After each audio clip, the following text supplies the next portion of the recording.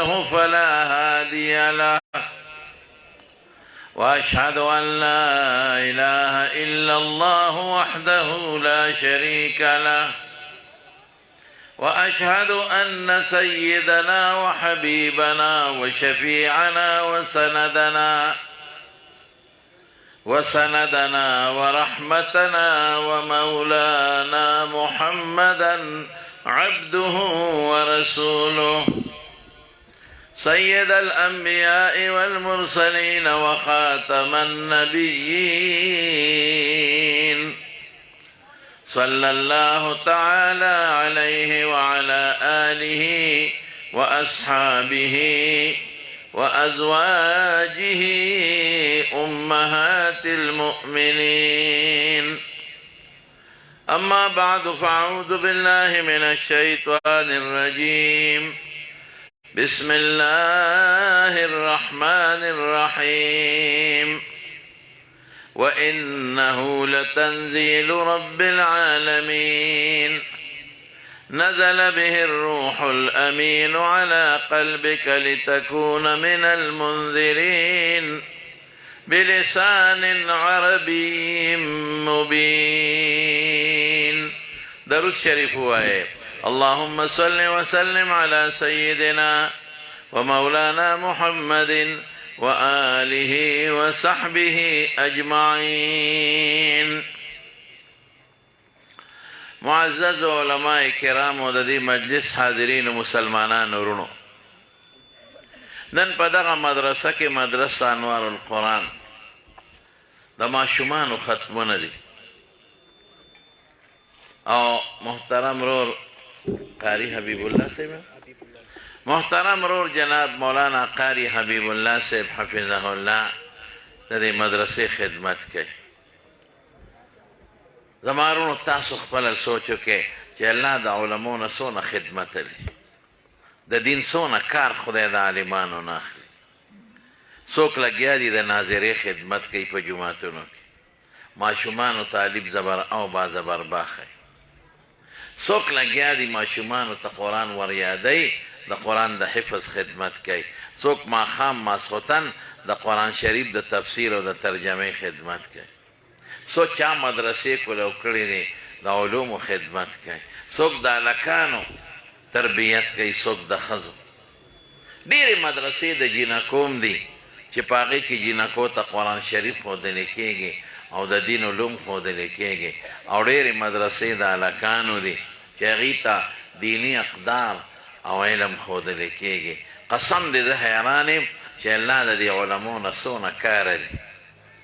دا یو سکول دی، ګورې پبلک پرایویټ سکول دی. د سار نه پکې د سکول سیسټمي او د ماسپښین نه پس زمونږ دا علما غریبانان راغونډ شوي دي او په دې کې ستاسو بچو ته قرآن ښیي او ستاسو بچو ته ناظره ښیي او ستاسو بچو ته دین ښیي. د مارونو څومره علما محنت کوي. ګنې څه دی چې زه خپل کار به کوي؟ نه، ماسپښین نه پس د دې سکول والا د دې دوستانو نه دا ځای غوښتی دی. دوی دې خدای خوشحاله کړي، همت ورسره کوي د قرآن د مخه او د قرآن شریف د پاره. او ماسپښین نه وروستو په دې چمن ممن کې دلته ورته درې غریبانان واچي او دې ماشومانو ته قرآن ښیي. څومره لوی خدمت کوي زمارونو عالمان په مخ د ځمکه.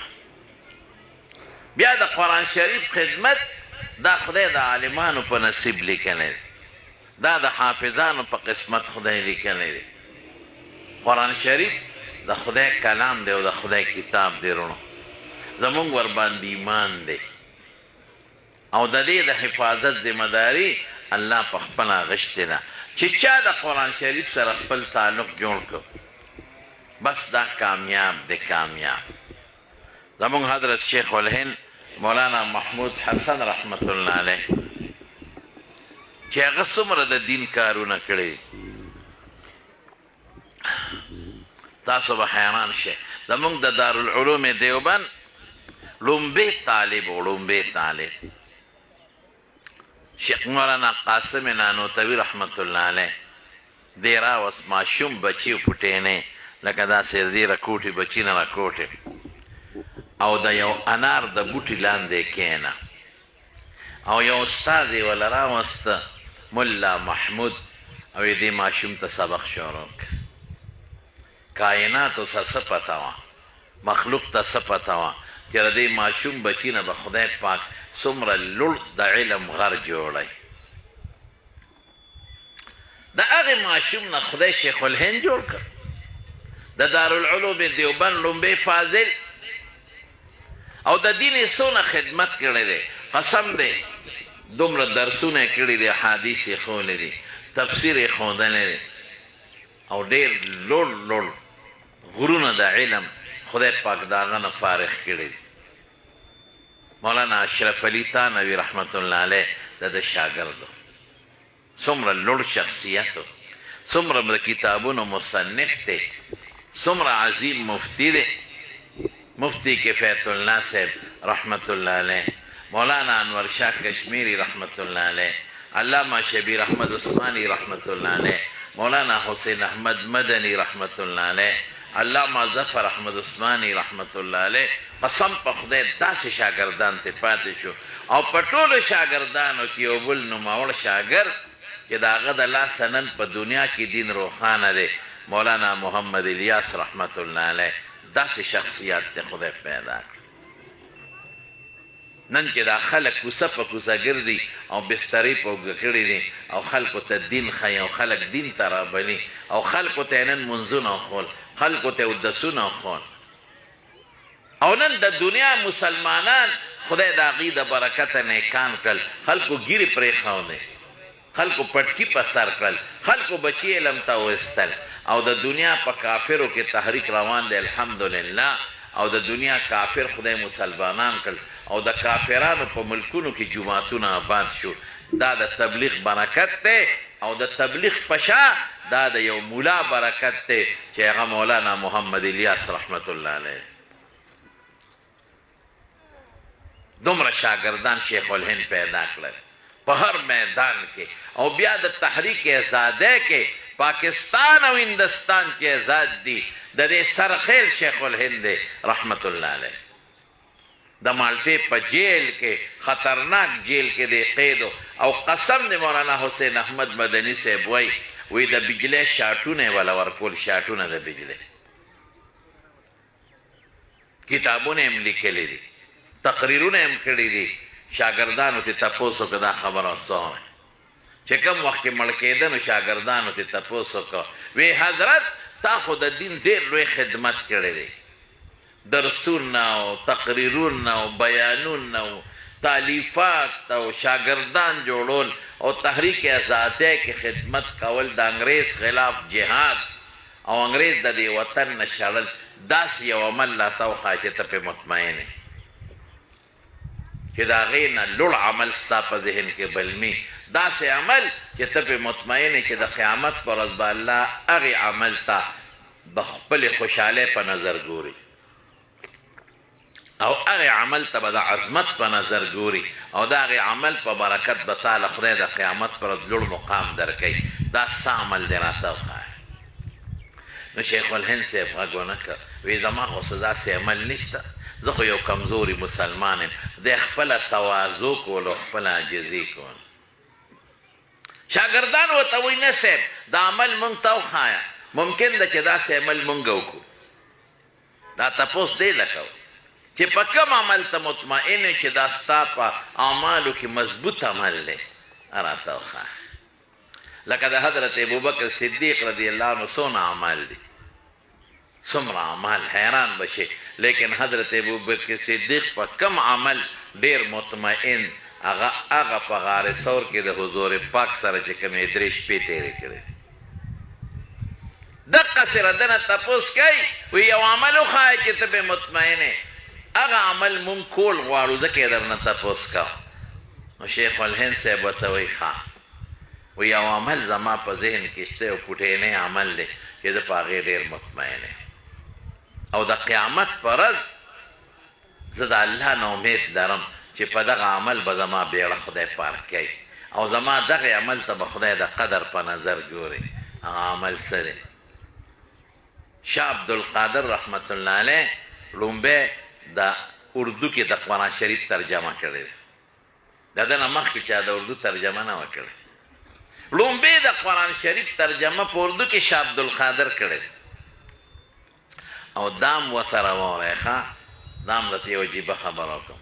شاه عبدالقادر رحمت الله علیه چې کله وفات شو نو په دغه زمانه کې یو لوی عالم او د کشف خاوند مولانا فضل الرحمن گنج مراد آبادی به یې ورته وی.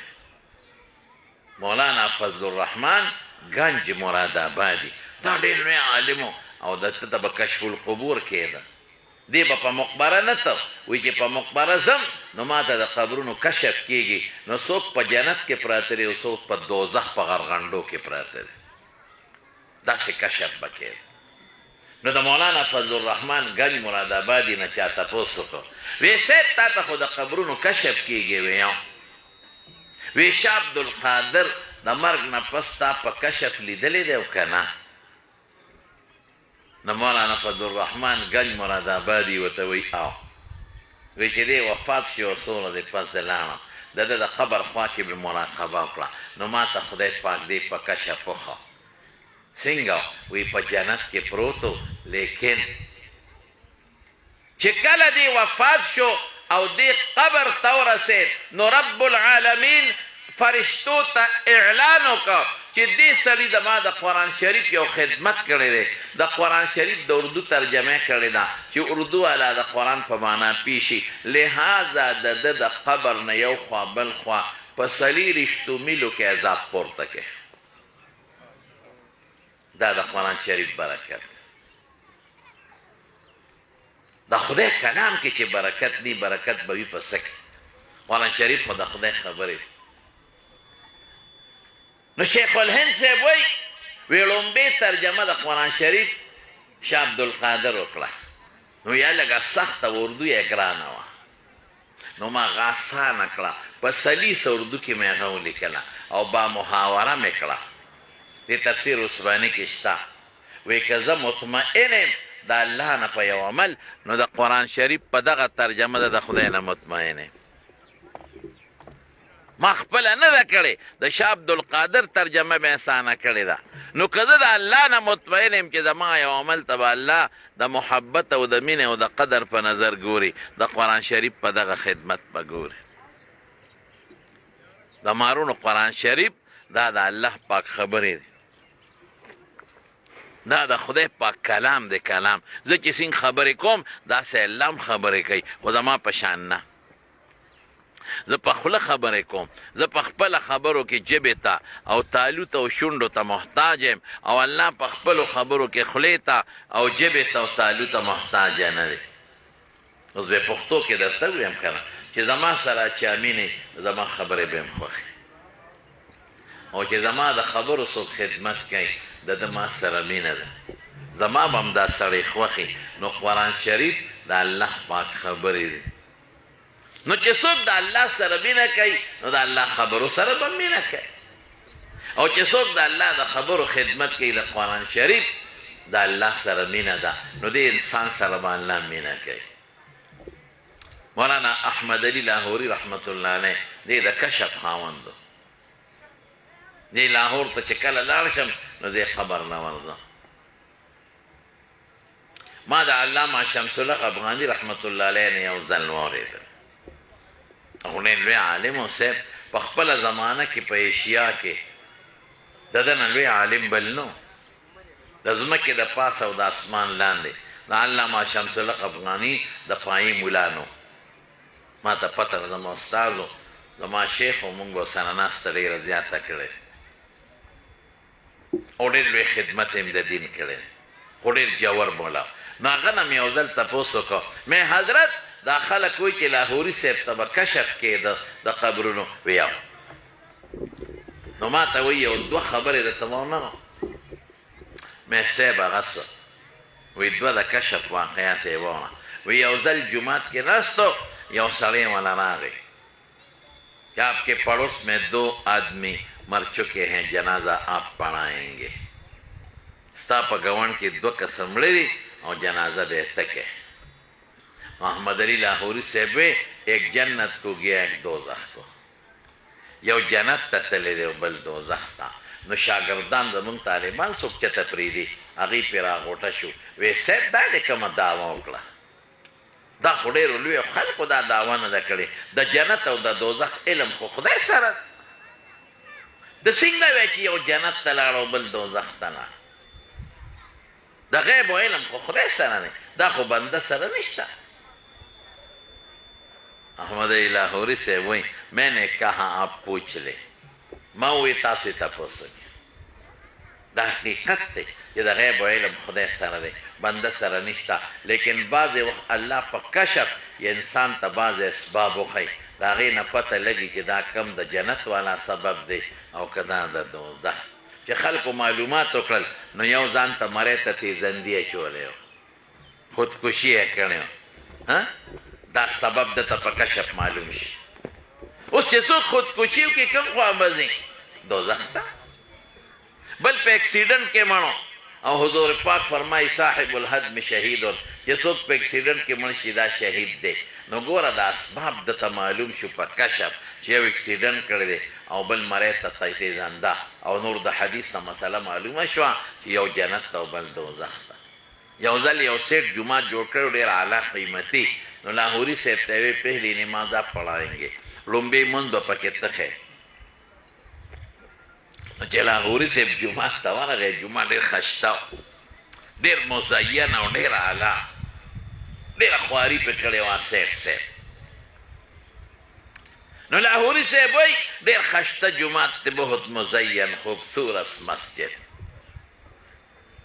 کافی پیسہ لگایا ہے تزئین اور آرائش کتنا مزیدار اور خوبصورت مسجد ہے کاش کے حرام پیسوں پہ نہ بنا ہوتا ارمان چې په حرامو پیسو نه وي جوړ نو څه خبر چې دی وی نو هغه سیټ ته ته چا وی دغه مولیان راوله چې ټونګکی دی دا یې حرامخور یې درته ووایي چې دا په حرامو پیسو باندې جوړ نو سیټ صاحب څه وایي وی اس نے سچ کہا د ټیک وی وی دا ما سره د سود پیسې وې قسم دې که زما بچو ته او زما ښځې ته هم پته لګي ما سره د سود ارامې پیسې وې ما وی زه راشه څه به پې کوم یو جومات به پې جوړ کړم څوک خو پکې منځ کوي که دې ته کشف وایي نو لاهوري صاحب ته به کشف القبور کېده صاحب اوس هم زمونږ شیخ علامه مولانا سمیع الحق شهید رحمت الله علیه د لاهوري صاحب تفسیر جمع کړی په لسو یولسو جلدونو کې د هغه زوی دی او هغه تفسیر لاهوري هغه اوس چاپ کړ د هغه دی چې مولانا سمیع الحق صاحب رحمت الله علیه د درس په دوران کې لاهوري صاحب نه لیکلی مولانا راشد الحق حقانی د دارالعلوم نعمانیه هغه تفسیر په لسو جلدو کې غالبا مکمل کړی دی او په پریس چاپ شوی تفسیر لاهوري نو ما ورته وی دته د کشف د قبرونو کې ده صاحب دا ولې دا اورې ټکې ښه په دغه زمانه کې خو ډېر خلک وو ډېر لوی علما محدثین او مدرسین تیر شوي دي او دته به کشف القبور کې ده دا ولې نو افغاني صاحب وی دا د قرآن د خدمت برکت دی 40-45 سال په ریل کې او په جیل کې او په کوڅه کې او په جومات کې او په بیټک کې او په لاره کې او په مقبره کې او په مدرسه کې د قرآن شریف خدمت کړی حتی که یو ځل د ریل په سفر ته په پاټلی ونانو نو یو خپی ریل ته خیجولې او یو لاندې وه دا ریل چې په دې پاټلی ځي په دې ټیشن لاول رو ځي په روانه کې خلک ورخیږي نو بیا تیزیږي دی ورختلی یو خپی په پیدان او بله لاندې وه او یو سړي ول اواز ورکوي صاحب د قرآن شریف په یو ایت مې پوه کا نو لاهوري صاحب د ریل نه واپس راکوشو وی راشه بچی چې پوی لکم نو شاګردانو وی صاحب دا خو اخیري ریل دی او بیا خو شپه را روانه د بل ګاډي نشته نو شپه به کم ځای کې او سار به بیا ځې لاهوري صاحب ورته وایي هېڅ پروا نشته په دې خاورو به شپه وکړم په دې پاټلی به شپه وکړم سار به لاړ شم په دې یخ ځای به شپه وکړم خو چې دې هلک ته د قرآن شریف د دې ایت ته معنا وښیي د چا زړه کې چې د خدای قدر وي د هغه په اړه کې به د قرآن قدر خامخوي چې چا ما سره مینې زما خبرې به یې خوښي چې د چا الله خوښي نو د الله خبرې به یې خوښي او چې د چا الله نه خوښ د خدای خبرې به هم نه خوښي درونو قرآن شریف سره محبت بساتئ قرآن شریف تلاوت بکوئ قرآن شریف په معنا ځان پوه کړئ او خپل بچي راولئ د قرآن شریف حافظان یې جوړ کړئ د بچو نه د قرآن شریف عالمان جوړ کړئ قرآن زده کړئ وروڼو ګورئ خدای ته وګورئ قیامت را روان دی او قبر را روان دی او د مرګ نه پس به بیا موږ خدای ته مخامخ کېږو موږ به خدای نه څه جواب ورکړو قسم دی چې قرآن چا نه ویلی دکې انسانیت هم نشته تاسو ویا یورپ او یورپ زه یورپ ته تللی ما بلا ملکونه کتلی دي ما د عربو ملکونه کتلی دي ما اسلامي ممالک کتلی دي قسم دی چې کومو خلق د قرآن نه لرې دي نو دا انساني اخلاق په هغوی کې نشته خلق د امریکې صفت کوي که نه کوي تاسو ورشئ وګورئ په امریکا کې جینکۍ د سپو سره ودونه کوي بلکل قانون دی ویې ګورئ جینکۍ سپي سره واده کوي او سړی د سپی سره واده کوي باقاعده نکاح تړي بلکې تر دې حده پورې چې یو جینۍ د چندخ سره نکاح کړې ده نکاح چې وکړي سپي ته یې سیرې اچولي ښځه یو سپی او سیرې یې ورته اچولي دواړه را روانې او مبارکباد وله خلک ورکوي د سپي سره زما واده وشي پیشو سره خلک ودونه کوي او جینۍ د پیش سره واده کوي او چې را روانې نو پیش ته یې سیرې اچولي دا پلانکی د پلانکي سپېړه شو او دا واده وکړو چندخ سره پکې یو ښځی واده کړی و چندخ ته یې سیرې اچولی وې غېږ کې یې نیولی نو چې بار راووتل نو پرېس والا ورته ناست و وی نکاح دې د چندخ سره وکړه وی یو وی دا دې میړه شو وی یو وی ګوره چې سپي سره یا ویش سره نکاح وکړي ممکن ده چې څه بچي مچي یا څه خواهش بنده پوره کړي لیکن دې چندخ سره به څه کوې ښځه وایي په دې کې زه هم حیرانه یم چې دې سره به ده سره به څه کوم خو خوښ مې و نو میړه مې کړ دا ژوند دی دا زندګي ده یو ښځې په خپلې لور باندې په عدالت کې دعوا وکړه دا واورئ وی زما دا لور جج ته وایي وی زما دا لور ما سره ملاقات نه کوي او په یو پلیټ کې اوسېږو زه بره اوسېږم دا لاندې اوسېږي خدای ته وګورئ زما دې لور ته ووایه یادېږي مې چې یا ما له بره راخېږي یو ګنټې له او یا زه ورکوزېږم ما سره ملاقات نه کوي نو جج هغه جینۍ راوغوښته وی دا رې سره وی دا مې مور ده وی کوم ځای اوسېږئ وی په پلانکي ځای کې اوسېږو وی دا وایي چې دا بره ده او ته لاندې وی یو نږدې یو بل ته وی یو نو وی دا مور سره ته ملاقات نه کوې وی نه وی ولې بدې دي شي وی نه زما مور ده څه زیاتې یې د سره کړی دی نه نه نه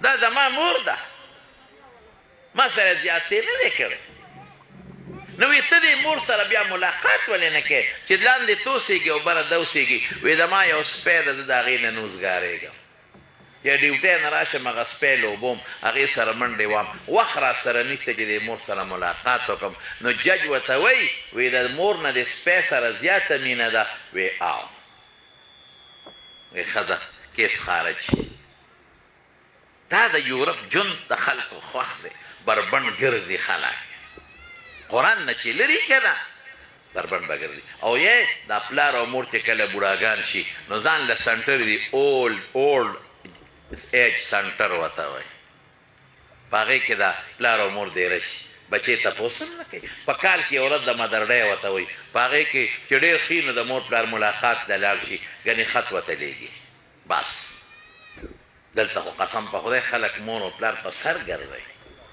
یاره چې هغه انسان به مور او پلار په سر ګرځوي چې د چا په زړه کې قرآن پروت وي قرآن ورته یادي ځکه د مور پلار قدر موږ ته قرآن ښایي مولانا اشرف علي تانوي رحمت الله علیه یو واقع لیکلی او د صحابو د حضرت عمر زمانه یې لیکلی چې د حضرت عمر زمانه کې یو هلک لږي شو پلار یې ووو پلار یې نیغ لاړ حضرت عمر سره یې ریپورټ وکړو وی امیر المؤمنین زوی ووالم اوهو دا عمر باچی بل څوک هم نه نو زوی به لږي پلار به وایي فوراً یې پولیسو لیږه د پولیس دا نظام حضرت عمر جوړ کړی وی لاړ شی د زوی راولی چې زوی یې وله راوست دا تک تور مخ یې نیولی او تکې تورې خپې او تور لاسونه خیرن خچن او په لاس کې د کټ د بازو په شان یو لرګی او آل قتل سره به ګرفتار شو. وی دا د زوی دی ویل. هغه زوی ته ونه وی دا د پلار دی ویل. وی ستا څه نوم دی؟ وی زما نوم جعل دی. جعل په عربۍ کې ګونګټ ته وایي. ګونګټ پېژنې که نه؟ تور غوندې شوي تک تور او د دې سوټې نه د دې نجاست نه فوټبال جوړوي او په هغې له په دې پوزه ډغره ورکوي. وی ستا جعل نوم دی ګونګټ؟ وی دا نوم دله چی ایښی دی؟ وی دا مې دی بابا. حضرت عمر فاروق رضی الله عنه پلار ته مخ ور واړو. وی تا دله جعل نوم کېښودی؟ تا سره چې ته ښکلي نوم نو موسی عیسی د پیغمبرانو نومونه ابراهیم د حضور پاک د بچو نومونه نو ګونګټ جعل نوم دی ورته ایښودی دی. نو پلار یې ورته وی دا زما یو وینده وه زما خوښه وه نو ما ورسره نکاح وکړه نو دقه شی ته پیدا شو. نو چې څنګه دی نو هغسې نوم مې وله کېښود. عربو به شکل ته کتل که څوک به تور و نو اسود نوم به یې وله کېښود او که سپین به یې نو ابیض نوم به یې وله کېښود او که ښځه به جنۍ به تکه سپینه وه نو بیضا نوم به یې وله کېښود او که توره وه نو سودا نوم به یې کېښود. هغه به شکل ته کتل. ګوره دومره ناپویه چې زوی له ګونګټ نو. هغه هلک ته حضرت عمر وایي وی تا لکه دا سخا خپې مخ نیولې دي تا اودس نه کې؟ لاس مخ نینځې؟ وی صاحب اودس څه ته وایي؟ او دا څه مصیبت شو. وی مونځ؟ وی زه خو مونځ نه پېژنم. ته اودس مونځ نه پېژنې؟ نه. حضرت عمر صاحب خو د مضبوط انسان و پلار ته یې وله مخ راواړه. تا دې زوی ته مونځ نه دی ښولی؟ تا دې زوی ته اودس نه دی ښولی؟ تا دې زوی ته مسلماني نه ده ښولی؟ سرمن دی وباسم پرېږدم دی نه اوس ته لا وی زوی وواله. وی دا پلار دی ولې والی دی زوی ته وله وایي. وی صاحب زه چې پخه به د توی شیم نو پلار راله خره راکړي دي او دا کوتک یې راکړی چې په دې خرو کار کوه او بیا سروه ماسخوتن یې کور ته راوله. نو زه هغه خره سروم کار پې کوم مزدوري دیاړي او بیا کور ته راولم او دې پلار راته چل ښولی دی چې دا خره کله په جګړه شي دوی په یو بل چکونه لګی نو دوی له به خپې له نه ور دی لته به درکړي نو په دې کوتک وله دې منده رابروه. نو زما غر چې کله م یو بل سره په جګړه شي نو زه کوتک اوچت کم او دې منده یې راوبروم نو یو بل پرېږدي.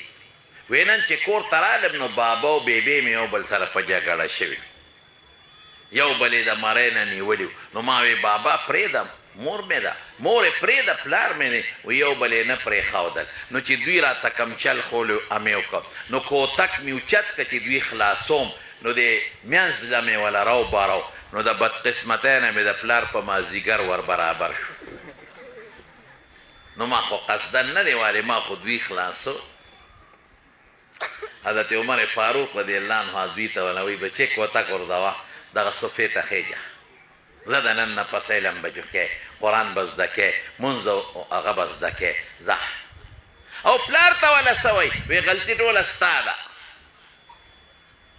تا دې بچي ته دین نه دی ښولی تا دې بچي ته قرآن نه دی ښولی که تا دې مونږ له راوړی وي او ما ورته د قرآن شریف یو دوه ایتونه ښولی وقضى ربک الا تعبدوا الا ایاه وبالوالدین احسانا اما یبلغن عندك الكبر احدهما او كلاهما فلا تقل لهما اف ولا تنهرهما وقل لهما قولا كريما واخفض لهما جناح الذل من الرحمه وقل رب ارحمهما كما ربياني صغيرا. دې کې خدای د مور او پلار آداب ټول ښولی چې د مور به قدر کې د پلار به عزت کې اوف قدرې به هم ورته نه وی. نو که تا مونږ له راوستی وي مونږ ورته د قرآن شریف دا آیت ښولی وي نو نن به ستا عزت کو د مور به عزت کو. نو تا ورته قرآن نه دی ښولی نو پته یې د خر ګمان وکړو په مور یې د خرې ګمان وکړه چې خر او خره خلاصوم نو دقه چل به ورسره کوم. قسم په خدای چې قرآن نه په چا کې او دین پکې نه ده کې به انسانیت نه دی به حیوان. دې ته مه ګوره چې یورپ دی یورپ څه شی دی؟ د چا ښځه د هغه په کنټرول کې نه ده د چا لور د پلار په کنټرول کې نه ده د چا خور د رور په کنټرول کې نه ده د چا مور د زوی په کنټرول کې نه ده. د انسانیت دی دا خو د خرو ژوند دی. زمون حضرت شیخ شهید مولانا حسن جان صاحب رحمت الله علیه فرمایي او د هغه یو کتاب د خطبات حسن یو 2 جلدو کې چاپ شوی دی، په هغې کې دا واقع شته. نو هغه وایي زمونږ د اشنغر ورته مونږ وایو 400 علاقې د هغې یو هلک په یونیورسټۍ کې پېښور کې داخل، نو پلار یې ملاقات له لاړ د زوی. پخوا خو دا پلین کوچونه او دا قصې پیسې نه، چې ملاقات ته لاړ نو پلار یې جټ زمیندار خیرې جامې اچولې بغیر استری نه او پټکې هم والې او داسې خړ پړ او سپلې هم د غریب شلېدلې ملېدلې وې. نو چې څنګه یونیورسټۍ ته هاسټل ته لاړ د زوی ملاقات لا، نو زوی پې وشرمېده چې خدای د پلار جامو ته مې وګوره او د پټکي ته او د پیزار ته زما دا دوستان دا رومیټیان دا هلکان به څه وایي. نو هلکانو دې تپوس وکړو، وی پلانکي وی ها وی دا بابا څوک دی؟ وی دا زموږ د میخو مزدور دی. خپل پلار ته د میخو مزدور وایي. ولې؟ قرآن نه دی زده، بالوالدین احسانا نه دی خبر. دا خو به تا ته قرآن ښایي چې دا پلار دی او دا مور ده. قرآن نه چې دی خبر، بچی لوپر دی بیا د مور او پلار پروا نه ساتي. نو چې دا هلک چېرته چای پاڼې پسې لاړ، نو دا پلار نه یې هلکانو تپوس وکړو، وی باباجي دا هلک دی څه دی؟ وی دا مې زوی دی. ګوره زوی ته ګوره او پلار ته ګوره، دا مې زوی دی. یاد شوی مې نو رالم چې وبې وینم ملاقات بیا وکړم او یو 2-3 روپۍ مې وله راوړې دي چې دا به وله ورکړم. وی باباجي اخو وی چې دا زمونږ د میخو مزدور دی. نو باباجي هم 400 پښتون وی دی ټیک وی دا د مور میخه ده او زه یې وله ساتم. نو که د میخې مزدور راته وی او که سنډا راته وی، دا د میخې زوی دی، زه وله میخه ساتم.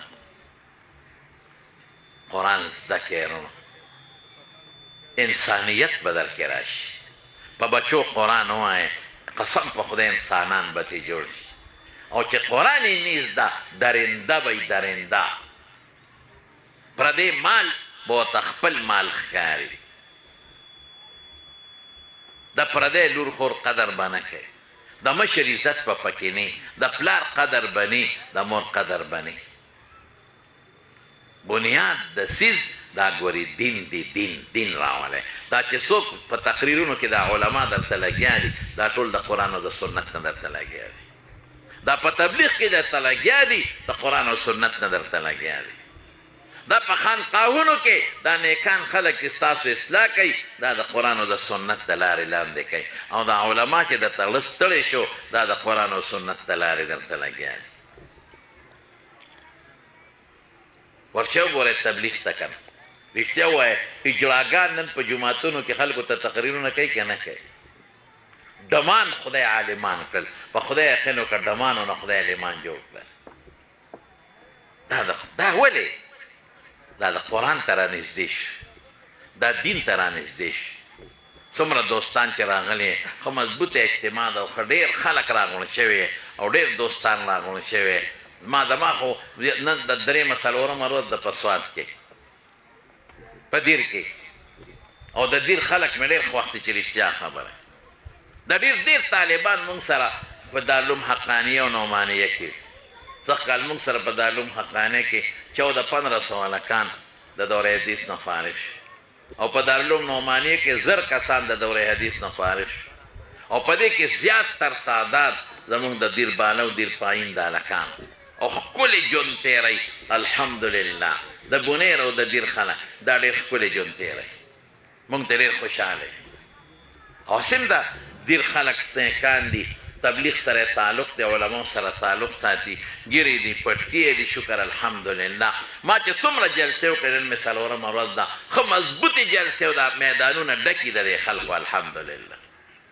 مدرسې په تاسو آباد دي، ستاسو په بچو آباد دي، مرکزونه په تاسو آباد دي الحمدلله، جوماتونه په تاسو آباد دي. خو نن د نه زه یوه مطالبه کوم، او هغې به ما سره تاسو مدد کوئ، بلکې ځان سره به مدد کوئ. یو بچی به قرآن لو دین له ورکوئ که خیر انشاءالله. ټول په شوق لاس اوچت کې انشاءالله ووایئ. وروستو ملګري شوق سره انشاءالله، شوق سره وایئ انشاءالله. یو بچی ورکړئ. د خدای قرآن دی جیب صاحب زما خو کتاب نه د الله دی زمونږ خو ورباندې ایمان دی مونږ خو به یې قدر کوو یو بچی ورکړي قرآن او دا سوچ مه کوئ چې دا بچی زه قرآن له ورکړم هلکه دا خو د در انجینیر جوړوم افسر جوړوم نو تنخواه بالي او دله دکان کوم نو پیسې به ګټي او سعودي ته لیږم او دوبۍ ته لیږم نو پیسې به ګټي نو که دا مولا شو نو دی به څه کوي دی خو به د لوږې مړ شي د لوږې نه موږ نه مرو ښه یاد ساتئ موږ مولیان د مړې نه مرو موږ د لوږې نه نه مرو د لوږې نه خفه کېږئ تاسو به مرئ موږ نه مرو د لوږې نه تاسو چې ډاکټر له لاړ شئ ډاکټر درته څه لیکي ویټامن سي در کې کم دی نو خو ټماټر دی نه دی خوړلی که یا مالټه دی نه ده خوړلی او کله به راته وایي تا کیلشیم کم دی نو خو روجه به دی نه یې خوړلی دا چې کم یې خو خوراک دی نه دی خوړلی ځکه کم شو که نه پروټین کم دی ویټامنس کم دی پلانکې کم دی نو ګولی د طرف طاقت لیکي دا یو سار غرمه ماښام چې ستا وجود کې طاقت راشي خوراک دی کم دی او مونږ چې لاړ شو مونږ ته وایي چې دا وزن دا خیټه د یو 40 کیلو کمه که دا پیټار کم که دا وزن کم که مونږ ته طاقت دارو نه لیکي مونږ نه طاقت کمی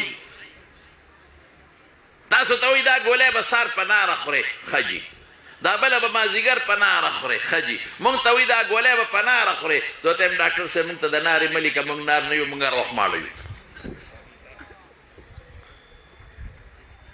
دا مولیان درته غږ نه کوي یو ځای درته په رښتیا په پښتو کې ویم قسم په خدای زمونږ دا مولیان چې ناجوړه دي دا خېټې د لاسه ناجوړه دي تاسو د لوږې نه ناجوړه یې او زمونږ مولیان د خېټې نه ناجوړه یې ډوډۍ خو موږ له خدای راکړه د خدای پاک فضل او د خدای کرم الحمدلله نو دا سوچ به قطعا نه کوئ چې که په زوی مې علم وکړه نو ډوډۍ به د کم ځای نه ډوډۍ د چا لاس کې شوق سره ووایه پوره شوق سره نور شوق سره رزق الله سره ډوډۍ خدای سره عزت الله سره بچی الله سره جن الله سره قسم په خدای روغ صحت الله سره نو کوم خدای پاک چې رزق دشمن له ورکوي مشرک له ورکوي یهودي له ورکوي انګریز له ورکوي نو چې د خدای قرآن ته ناست دی هغه له به نه ورکوي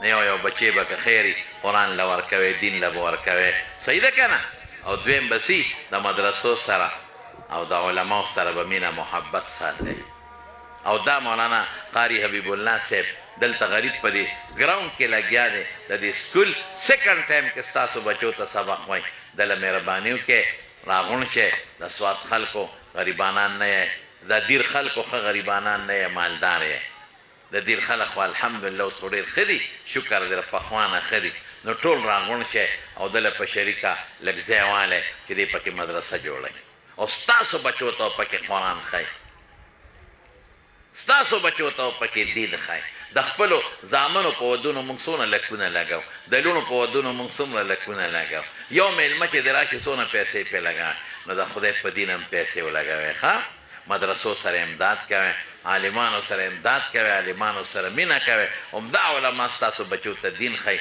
او قرآن ورته ښایي او ستاسو په بچو باندې محنت کوي الله یې دې مدرسې له ترقي ورکړي الله یې دا مدرسه کامیابه کړي الله تعالی دې د مولانا قاری حبیب الله صاحب په عمر علم کې برکت واچي او چې دا څومره خلک په دې کورسو د انور ته ناست دي او د قرآن په دې مجلس کې شرکت وکړو یا الله دا ټول خوشحاله کړي الله په دنیا هم خوشحاله کړي او په دین هم الله په ځان هم خوشحاله کړي او په بچو او د غمونو فتنو مرضونو الله امن کړي او ساتي واخر دعوانا ان الحمد لله رب العالمین.